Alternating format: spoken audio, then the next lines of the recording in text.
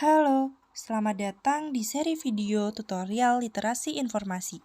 Melalui video ini, kamu akan belajar cara efektif mencari dan menggunakan informasi untuk mendukung aktivitas perkuliahan kamu. For your information, seri video tutorial literasi informasi ini terbagi menjadi 4 bagian loh. Pastikan kamu menonton semua bagiannya secara berurutan ya. Pada video kali ini, saya akan menjelaskan mengenai tutorial dalam melakukan identifikasi kebutuhan informasi. Kira-kira kenapa sih kita harus melakukan identifikasi kebutuhan informasi? Nah, itu gunanya untuk mempermudah dalam menemukan informasi yang kita butuhkan. Selain itu, kita juga dapat menemukan informasi yang lebih spesifik dan sesuai dengan apa yang kamu inginkan loh. Nah, untuk melakukan kegiatan tersebut, ada 3 step yang harus kamu lakukan nih. Step by stepnya dimulai dari identifikasi rumusan masalah, kemudian mengembangkan kata kunci, dan yang terakhir memformulasikan kata kunci. Step pertama yang dapat kita lakukan pada kegiatan pencarian informasi yaitu mengidentifikasi apa rumusan masalahnya. Dalam mengidentifikasi rumusan masalah, kita diharuskan untuk mengerti kebutuhan informasi apa yang akan kita cari. Hasil dari penentuan rumusan masalah ini tentunya akan berpengaruh terhadap informasi yang akan kita dapatkan. Penentuan masalah dapat dilihat dari topik ataupun judul penelitian yang dimiliki. Setelah melihat topik ataupun judul penelitian, maka langkah selanjutnya yaitu penentuan kata kunci. Contohnya, kasus yang kita miliki yaitu pelayanan publik dengan pemanfaatan teknologi pada sektor pemerintahan terhadap efektivitas kerja. Dari kasus tersebut dapat dibuat kata kunci utama yaitu pelayanan publik dan efektivitas kerja. Dari kata kunci utama tersebut, mungkin dapat ditemukan hasil yang relevan dengan kebutuhan informasi yang dicari. Namun, apabila hasil yang ditemukan kurang relevan, langkah selanjutnya kita dapat melakukan pengembangan kata kunci.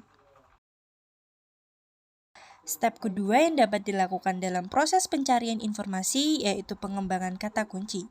Setelah menemukan kata kunci utama, maka kita dapat mengembangkan kata kunci yang tujuannya adalah untuk meningkatkan tingkat presisi yang ditemukan.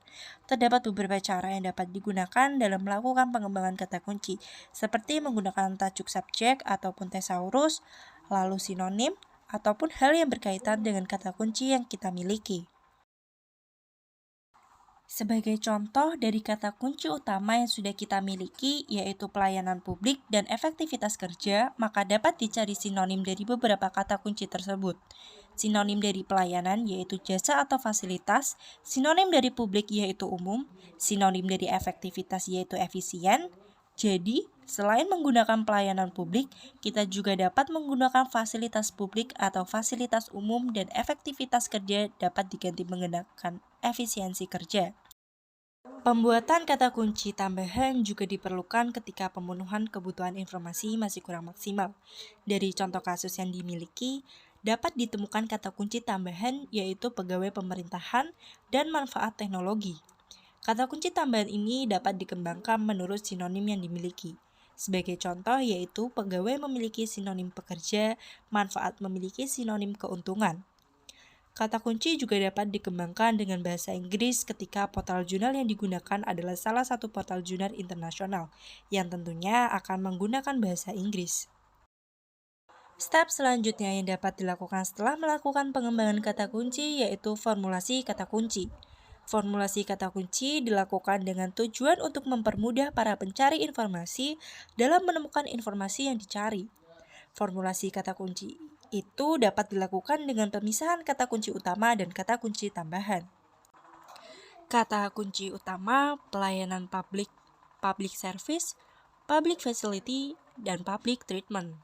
Efektivitas kerja, work effectiveness, job efficiency, dan job efficiency. Pegawai pemerintahan, government employees, government officer, and bureaucrat. Manfaat teknologi, teknologi benefits, dan teknologi advantage. Dengan adanya pemetaan tersebut, maka dapat dilihat alternatif kata kunci lain yang dapat digunakan dalam melakukan pencarian informasi pada portal jurnal yang akan digunakan, sehingga ketika kata kunci utama tidak ditemukan, maka dapat menggunakan hasil pengembangan kata kunci yang telah dilakukan.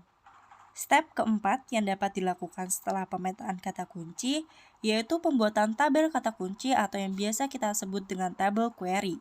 Tabel query ini berisi kata kunci utama dan juga hasil pengembangan kata kunci, serta kata kunci tambahan yang telah kita cari. Yap, segitu dulu penjelasan tentang cara identifikasi kebutuhan informasi. Perlu diingat ya teman-teman, bahwa ini adalah tahapan awal dari serangkaian aktivitas pencarian dan penggunaan informasi. Pastikan kamu menonton video selanjutnya yang berisi tentang lokasi dan strategi penelusuran informasi. See you in the next video teman-teman.